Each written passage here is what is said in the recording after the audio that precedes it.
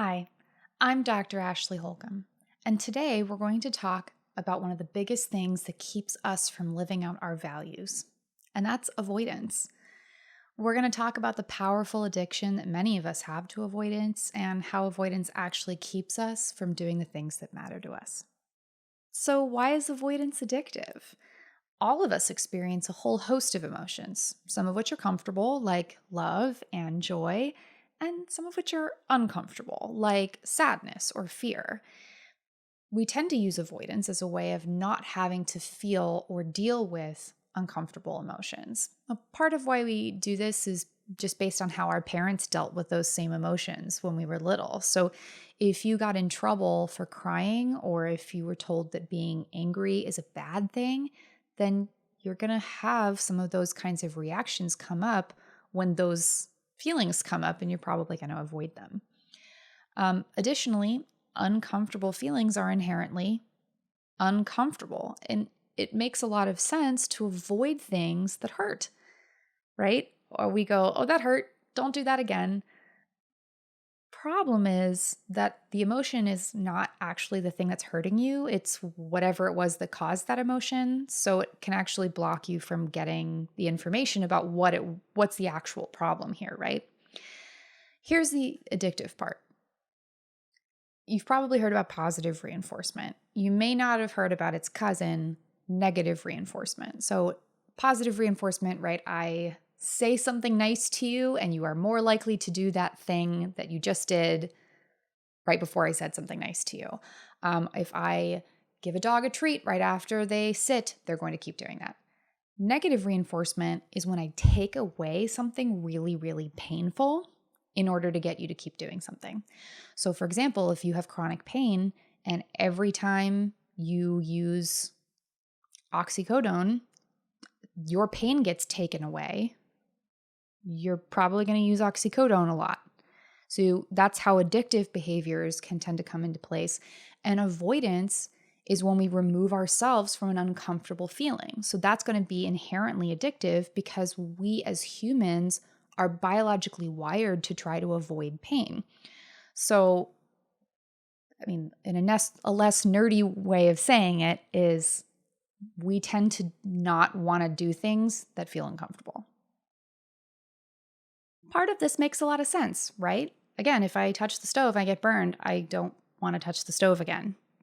There's some good elements to this, but there's also some problems because there are many times in which it's important to be able to tolerate the discomfort in order to reach some kind of desired goal. Many of the things in life worth having involve work and sometimes pain and sometimes discomfort. Additionally, we can end up getting stuck in unhealthy patterns that are meant to help us avoid pain, but they bring a whole host of consequences with them. The easiest examples being things like heroin, right? But even your habits when it comes to social media, food, or television, we joke all the time about overeating or having another glass of wine. And we see these things normalized on TV and on social media, but these behaviors can really hold us back. They are very powerful tools to avoid whatever the problem is, but they lead to negative consequences like addiction or like gaining weight or not having as much time to spend on things that you care about. So I want you to imagine maybe a mom who feels insecure about her parenting, which, by the way, covers about like 99% of moms. I think most moms that I know have a sense of, gosh, what if I'm doing something wrong? And they have that feeling and they want to avoid it. They don't want to feel it. So they spend time on social media to get away from having to feel that feeling. Well, this kind of becomes a self-fulfilling prophecy, right? Every time she feels guilty or she feels inadequate, she spends time on social media. And the more time she spends on social media, the less time she's actually spending being present with her kids. So sometimes these things, and they are helping us avoid pain, but they're keeping us away from the things that we care about most. Okay, so what do we do about this? I want you to imagine you're in your car and your gas light comes on. What do you do? Do you pull over and freak out? Do you ignore it? Do you tell your gas light that it's a terrible, stupid gas light that shouldn't need any gas? Do you buy gas from the most expensive gas station you can find? No. You assess the problem. I need gas. And you make a decision that fits with your life. You say, okay, I can get gas at this station that's on my way to work, and it's not going to be too expensive. You solve the problem. Let's think about our emotions in the same way.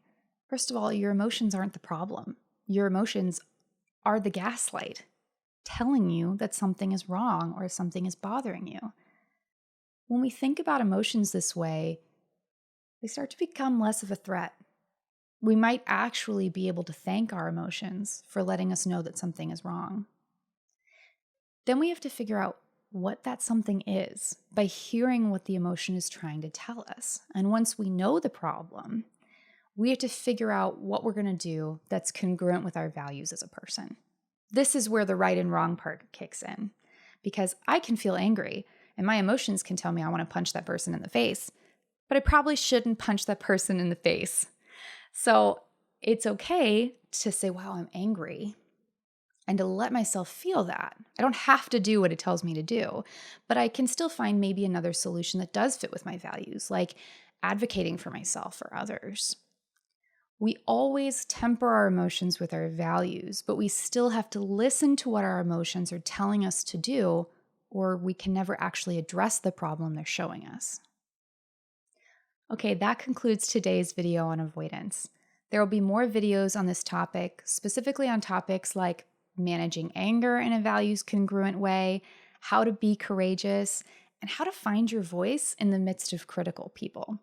Don't forget to click below to subscribe and to check out my other content.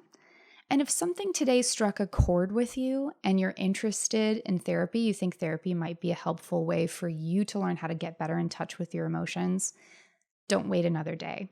Check out the links in my profile for information about how to find a therapist near you.